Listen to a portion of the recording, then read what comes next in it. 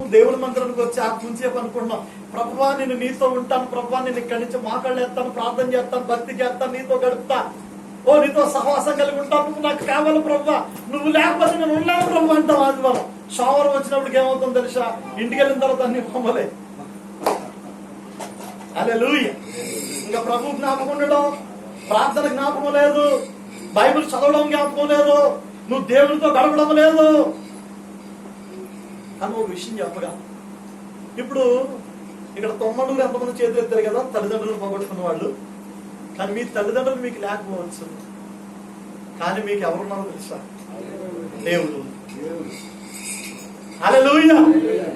ఖచ్చితంగా మీ తల్లిదండ్రులు లేరని మీరు దిగులు పడకండి, మీరు వేదన చెందకండి. హల్లెలూయా. తల్లి కంటే తండ్రి కంటే గొప్పవాడు. హల్లెలూయా. ఎవరున్నారు? మనకు దేవుడు ఉన్నాడు ప్రియులారా.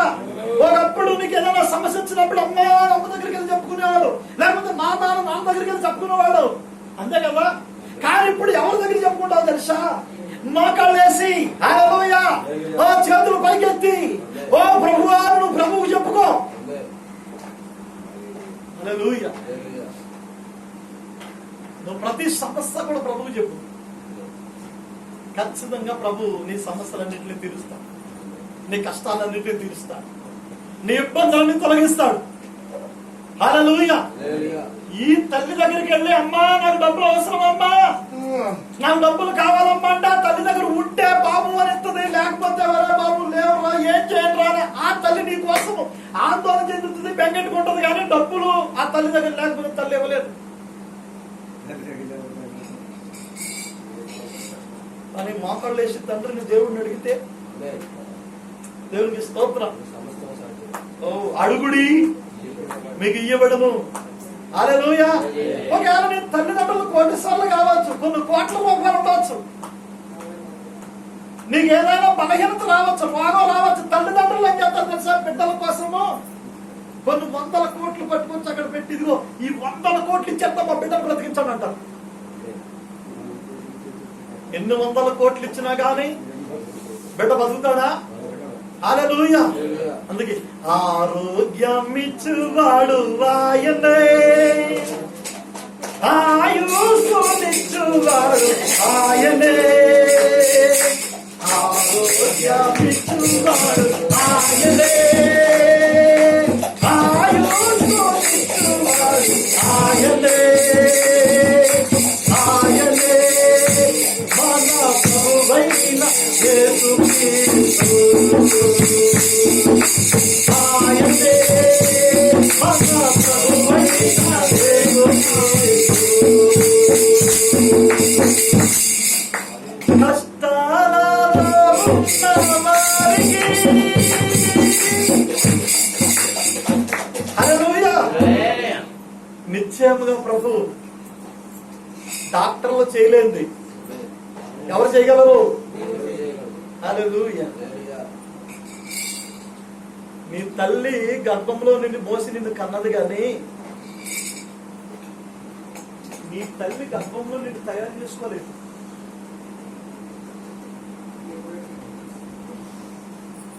అలా తయారు చేసుకునేలాగా ఆలోచన ఉంటే కొంతమంది బిడ్డలు భూమి మీద పుట్టినప్పటికీ ఒకరికి ఒక కాలు ఉండట్లేదు, కాలు లేకుండా పుడుతున్నారు.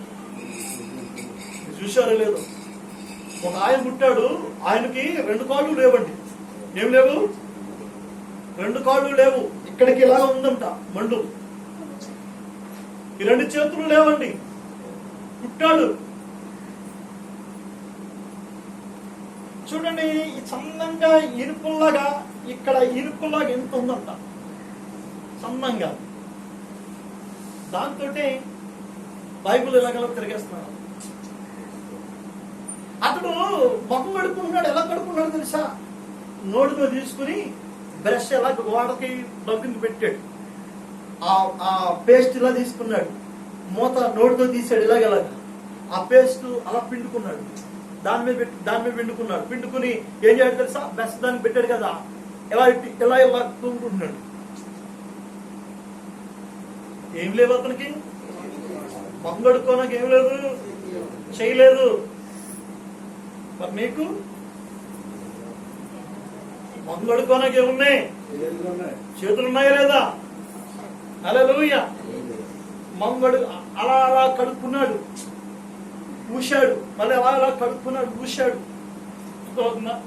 మళ్ళీ ఇలా ఉంది డంకి, దాని దగ్గరికి వెళ్ళాడు, అలా అలా పాసి తీసుకున్నాడు, ఊశాడు. పాపము చేతులు లేవు, కాళ్ళు లేవు. దేవునికి స్తోత్రం. దేక్కుంటూ దేక్కుంటూ దేక్కుంటూ వచ్చాడు. వచ్చి ఏం చేశాడు తెలుసా? చెరువులా ఉంది, ఏంటది శంఖం పూలు అంటారు కదా, అలా ఉంది. వచ్చాడు, వచ్చి ఏం చేయడు తెలుసా? అందులోకి దూకాడు. అందులోకి దూకి ఊపిరి పెట్టుకుని ఊపిరితో పైకి కిందకి ఎలా అంటూ స్నానం చేశాడు. నీళ్లు పోసుకోలేడు.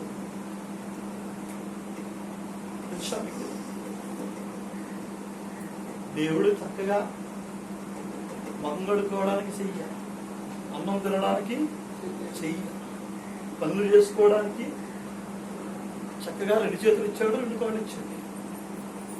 కానీ అతను గొప్ప, మనం గొప్ప? ఎవరు గొప్ప? చూడండి, అతనికి 2 కాళ్ళు లేవు, 2 చేతులు లేవు, కానీ అతను చదువుకున్నాడు. కానీ బైబిల్ చదివాడు అతడు. ఇప్పుడు అతడు ఏమయ్యాడో తెలుసా? పాస్టర్ గారు అయ్యాడు. హల్లెలూయా. ఏమయ్యాడు? ఫుల్ పీట్ ఉంటుంది కదా డాయర్. చూడండి, అతను ఇలాగెలాగా దేక్కుంటూ వచ్చి ఎగిరి డాయర్ మీద కూర్చున్నాడు. దేవునికి స్తోత్రం. డాయర్ మీద కూర్చున్నాడు. డాయర్ మీద కూర్చుని అందరూ వచ్చి అందరికి వందనాలు చెప్పారు. ఈ కాడికి ఇలా సన్నంగా ఉంది కదా, దాంతో బైబిల్ ఇలా చదివాడు. చదివి వాక్యం చెప్పాడు. ఏం చెప్తున్నాడు తెలుసా? ఆయన ప్రేమ శాశ్వతమైన ప్రేమ. ఆయన మిమ్మల్ని అందరినీ ప్రేమిస్తున్నాడు, నన్ను. దేవునికి స్తోత్రం. నిజంగా అతను చూసి మన బుద్ధి తెచ్చుకోవాలక్కర్లేదా? అతడే భక్తి చేస్తాడు అంటే దేవుడు 2 కాళ్ళు ఇచ్చి, 2 చేతులు ఇచ్చి, చక్కడ కళ్ళు ఇచ్చి, కాబట్టి మనకి అవయవాలని చక్కగా చేశాడు కదా. నిజంగా మరి అతను తల్లి, నిజంగా తల్లే గాని బిడ్డను తయారు చేసుకోగలిగితే కాళ్ళు పెట్టుకుని తయారు చేసుకోలేదా? చేతులు పెట్టుకుని తయారు చేసుకోలేదా? కనుక తల్లి కన్నది గాని ఆ గర్భంలో ఎవరు తయారు చేశారన్నా? ఎవరు? కొంతమంది పుట్టుకతోటే చెవుడు, మీరు చూశారో లేదు. కొంతమంది పుట్టుకతోటే కళ్ళు, 2 కళ్ళు కనిపించవు. కానీ వాళ్ళందరికంటే దేవుడు నిన్ను ఒక ప్రత్యేకమైన వ్యక్తిగా చేశాడు. అవునా కదా? చక్కటి 2 చేతులు, 2 కాళ్ళు ఇచ్చాడు. చక్కగా ఏం జరుగుతుందో తెలుసా? ఒక ఆయన నడిచి వెళ్తున్నాడు. నడిచి వెళ్ళిపోతున్నటువంటి సమయంలో ఏం జరిగిందంటే, ఒక ఆయన సైకిల్ వేసుకుని ఎదురొచ్చాడు. ఎవరికి? నడిచి వెళ్ళిపోయే ఆయనకు సైకిల్ వేసుకుని ఎదురొచ్చాడు. ఎదురొస్తే అప్పుడు అనుకున్నాడు, దేవా నీకు పక్షపాతం ఉంది ప్రభువా, నాకు సైకిల్ లేదు, నాకంటే ఎక్కువగా అతన్ని ప్రేమించావు, కనుక అతనికి నువ్వు సైకిల్ ఇచ్చావు, నాకు సైకిల్ లేదు, నడిచి తిరుగుతున్నాను నేను అని అతడు అనుకున్నాడు. అనుకుని 2 అడుగులు వేసి ముందుకు వెళ్ళినప్పుడు ఒకటి బండి వేసుకొస్తున్నాడు. ఇందాక రోడ్డుకేమో సైకిల్ ఉంది, వీడికేమో బండి ఉంది, నాకు సైకిల్ లేదు, బండి లేదు, నువ్వు దేవుడు వేడా అన్నాడంట. ఎవరి వైపు చూసి? తర్వాత కొంచెం దూరం వెళ్ళినప్పుడు ఆయన కారు వేసుకుని వస్తాడు. అతను చూసి అతను సైకిల్ ఉంది, ఇతనికేమో బండి ఉంది, ఇతనికేమో కారు ఉంది, నాకు సైకిల్ లేదు, కారు లేదు, బండి లేదు, ఈ 3 నాకు ఏదో ఒకటి ఇవ్వలేదు, నువ్వు నిజంగా దేవుడివేనా అన్నాడు. ఎవరి వైపు చూసి? ఇంకొంచెం దూరం వెళ్ళినప్పటికీ ఒక ఆయన 2 కాళ్ళు లేకుండా దేక్కుంటూ వస్తున్నాడు. అతను చూసినప్పటికీ ఇతను ఏమనుకున్నాడు? ఓ దేవా, నువ్వు చాలా గొప్పడు, కనీసం నాకు నడవడానికి ఈ కాళ్ళన్నా ఇచ్చావు, అంతే కదా?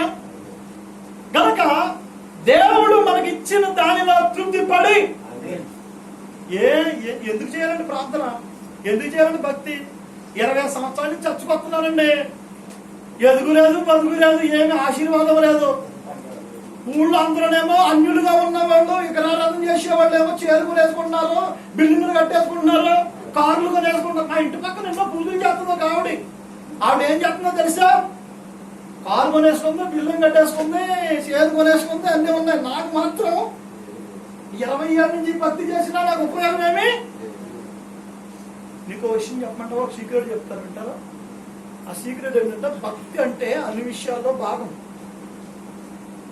అన్యులు ఉన్నారు కదా, వాళ్ళు సంపాదించాలంటే, వాళ్ళకి సంపాదన రావాలంటే వాళ్ళకి మామూలుగా ఇస్తాడు దేవుడు. ఎందుకో తెలుసా?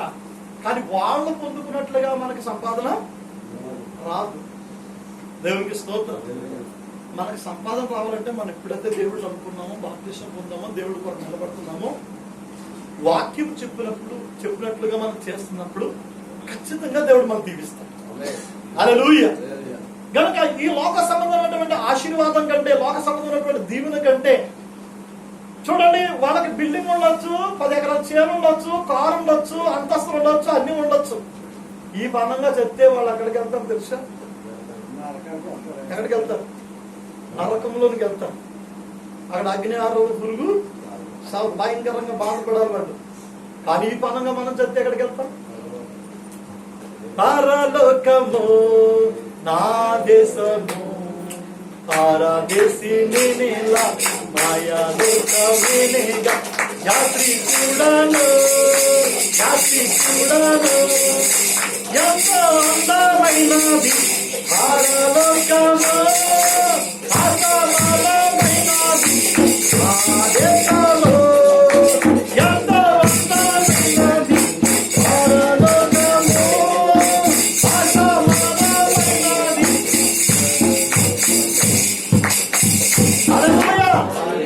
మనం ఒక రోజు ఎక్కడికి వెళ్ళిపోతాం తెలుసా? అక్కడికి వెళ్ళిపోతాం. అక్కడికి వెళ్ళిపోయిన తర్వాత మనకి ఎన్ని ఉండవు ఉంటాయి.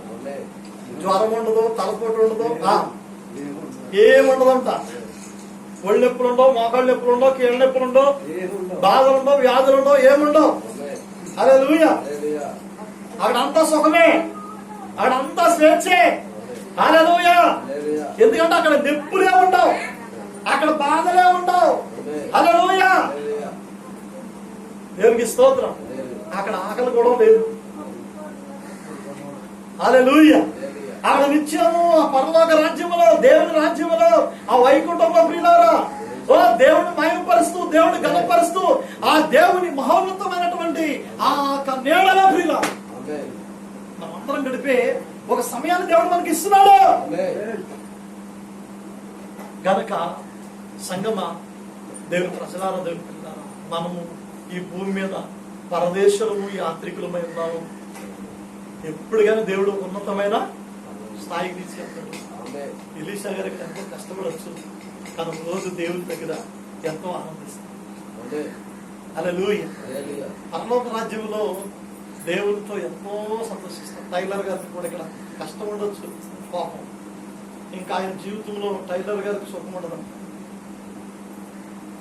నా చిన్నతనం నుంచి చూస్తున్నాను, ఆయన కష్టపడినట్టు ఇంకెవరు కష్టపడదు. నేను కూడా కష్టపడ్డా. ఇప్పటికి ఇంకా పాపం ఆయన ఆ మిషన్ కొట్టు, ఆ బట్టలు కొట్టు, ఆయన ఎంతగానో కానీ ఒక రోజు రాదు, ఒక సమయం రాదు. నిజమే, వారు తమ ప్రయాసమును నిజమే వారు తమ ప్రయాసములో వారి విశ్రాంతిలో నిజంగా టైలర్ గారు కూర్చొని తినవచ్చు, కానీ కుదరదు. ఎందుకంటే బాధ్యత ఈ లోకంలో అంతా కూడా ఏంటంటే బాధ్యత. ఒక టైలర్ గారే కాదు, మనమందరం కూడా, మనందరి జీవితాల్లో కూడా బాధ్యతలు, కష్టాలు, ఎన్నో వేదనలు, ఎన్నో ఇబ్బందులు. ఓ బిడ్డ, ఓ సహోదరి, సహోదరుల, ఈ భూమి మీద నువ్వు ఎంత కష్టపడుతున్నావో ఆయన చూస్తున్నాడు. హల్లెలూయా. ఒక రోజు నీకు ఆనందం ఇవ్వబోతున్నాడు ఆయన. హల్లెలూయా. ఆనందం ఆనందం, నాకెంతో ఆనందం, సంతోషం సంతోషం, నాకెంతో సంతోషం. ఆనందం ఆనందం, నాకెంతో ఆనందం, సంతోషం సంతోషం.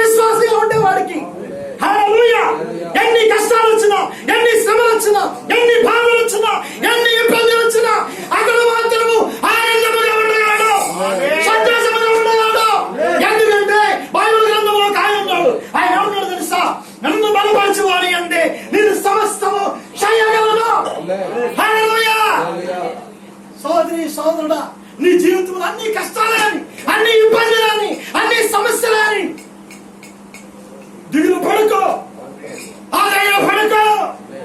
నిన్ను ప్రేమించే దేవుడు నీకున్నాడు, నిన్ను స్వస్థపరిచే దేవుడు నీకున్నాడు, నిన్ను విడిపించే దేవుడు నీకున్నాడు, నిన్ను రక్షించే దేవుడు నీకున్నాడు, నిన్ను కాపాడే దేవుడు నీకున్నాడు. దేవుడు నిన్ను బాధపడేవాడు, దేవుడు నిన్ను వ్యాధులు చెందలేవాడు. హల్లెలూయా. చూడండి, ఇక్కడ ఏమంటుంటే ఆయన యెహోషువతో నువ్వు నిబ్బరంగా, నువ్వు తిన్నంగా నిలబడు. దేవునికి స్తోత్రం. నిత్యంగా ఈ దేశముని నీకు ఇస్తాను. హల్లెలూయా. ఈ లోకంలో ఆస్తులు అంతస్తులు ఏవి పొందుకోపోనా పర్వాలేదు, దేవుడు నీకు పరలోకాన్ని ఇస్తాడు, నిత్యత్వాన్ని ఇస్తాడు. ఆ పరలోకం ఏమో తెలుసా? ఇక్కడ మనం సిమెంట్ రోడ్లు చూస్తున్నాం, అక్కడ ఏమున్నాయి తెలుసా? బంగారు వీధులు. హల్లెలూయా. అంటే ఇప్పుడు బంగారాలు చెవులు పెట్టుకుంటున్నారు, ముక్కుల్లో పెట్టుకుంటున్నారు, చేతులు పెట్టుకుంటున్నారు. కానీ అక్కడ ఏం చేస్తాం తెలుసా? బంగారం మీద నడుస్తాం మనం. హల్లెలూయా. ఓ, ఆయన ఎక్కడికి తీసుకెళ్ళబోతున్నాడు నిన్ను? ఎలాంటి స్థానం తీసుకెళ్ళబోతున్నాడు నిన్ను? నువ్వు బంగారం మీద నడుస్తావు, ఆ బంగారు వీధుల్లో నడుస్తావు నువ్వు. నిజంగా నమ్మండి, దేవుని యందు ఉన్న వాళ్ళందరూ, దేవుని రాజ్యానికి వెళ్ళిన వాళ్ళందరూ ఆ బంగారు వీధుల్లో ఉంటారు. వాళ్ళ కోసం అంటే ఒక్కొక్కరి కోసం ఉంటే ఒక బంగారు ఇల్లు ఉంటుంది. ఏముంటుంది? బంగారు ఇల్లు ఎప్పుడన్నా కట్టగలిగారా? ఎవరన్నా కట్టగలిగారా బంగారు ఇల్లు? ఎవరు? గాలి జనార్దన్ రెడ్డి అని ఆయన పేరు. ఆయన ఏం కట్టాడు బంగారం తోటి? అన్ని కొనుగోలు చేసుకున్నాడు, కానీ బంగారు బిల్లు మాత్రం ఎవరి తరమంటే బంగారు బిల్లు కట్టాలంటే. కానీ దేవుడు నీకు ఏ బిల్లు ఇస్తా అంటున్నాడు? బంగారు బిల్లు. హల్లెలూయా. భూమి మీద మనం గుడారమైన ఈ నివాసం శిథిలిపైపోయినా చేతి పని కాక దేవుని చేత కట్టబడని నిత్యమైన నివాసం దేవుడు మనకిస్తున్నాడు. హల్లెలూయా. నువ్వు అక్కడ బంగారు ఇంట్లో పడుకుంటావు. దేవునికి స్తోత్రం. బంగారు ఇంట్లో బంగారు మంచం మీద ఏమి ఆఫీ అండి. ఓ ఎలాంటి స్థానంలో తీసుకెళ్తాడో తెలుసా దేవుడికి. దేవునికి స్తోత్రం. మనం ఈ లోకాన్ని విడిసి, పాపాన్ని విడిసి, లోకంలో ఉన్న వాటిని విడిసి, ఓ దేవుని వైపు తిరిగి దేవుని కొరకు ప్రియులారా, ఓ ఈ కొన్ని సంవత్సరాలు దేవుడు మనకి ఇచ్చిన జీవితంలో నేనున్నాను. నా జీవితం 39 వచ్చింది, నా వయసు 39. మా గట్టిగా బ్రతికితే, దేవుడు ఆయుష్ ఇస్తే, బైబిల్ ప్రకారం చూస్తే నరుని ఆయుష్ అంట ఏమండి 70 సంవత్సరంలో అధిక బలం ఉన్నాయా? కాపాడుకుంటా దేవుడు వెళ్తే ఇంకో 40 సంవత్సరాలకి నా పని అయిపోతుంది. అంటే 40 బతుకుతానో లేదో కూడా తెలియదు. 30 బతకొచ్చు, 10 బతకొచ్చు, 5 బతకొచ్చు, చెప్పలేము. అవునా కదా? కానీ ఈ తక్కువ సమయంలో దేవునితో గడిపితే, భక్తి చేస్తే, హల్లెలూయా. చూడండి, భక్తిలో ఉన్న శక్తి ఈ ప్రపంచంలో ఎక్కడ దొరకదు. హల్లెలూయా. కనుక భక్తి ఏం చేస్తుందో తెలుసా? నిన్ను శక్తినిస్తుంది. ఇక్కడ భక్తి లోపల శక్తి కనబడుద్ది, పరలోక రాజ్యం వస్తుంది, బంగారు వీలు వస్తుంది, బంగారు వీధుల్లో ఉంటావు. హల్లెలూయా. ఎలాంటి ఆనందం నీకు, ఎలాంటి సంతోషం నీకు. భక్తి వల్ల వచ్చే ఆనందం ఎంత అంత కాదండి. మాట్లాడతాం కదా మనం. నాకై నా యేసు కాటేదో సుంగరము బంగారీలు కానీరు కలతలు లేవు యుగయుగముల కానీరు యుగయుగముల. ఇంట్లో అన్ని ఉన్నా మన బిడ్డలు స్కూల్లో పంపుతాం. స్కూల్లోకి వెళ్ళి ఇంటికి వచ్చే వరకు మన చిన్న బిడ్డ మీద మన మనసు అంతా, నా బిడ్డ ఎలాగో ఎలా వెళ్తున్నాడో, ఎలా వస్తున్నాడు, అంతే కదా. చూడండి, ఈ లోకంలో దిగులు లేని వాళ్ళు లేరు, చింత లేని వాళ్ళు లేరు, దుఃఖము లేని వాళ్ళు లేరు. చూడండి, ఉదయం వస్తుంది, వెలుతురు వస్తుంది, వెలుగు వస్తుంది, మరలా చీకటి వస్తుంది కదా. సాయంకాలం అయినప్పుడు చీకటి అయిపోతుంది. చీకట్లో ఉండిపోతామా, మరలా వెలుగు వస్తుంది. కానీ ఈ భూమి మీద, ఈ భూలోకంలో చీకటి వస్తుంది, వెలుగు వస్తుంది,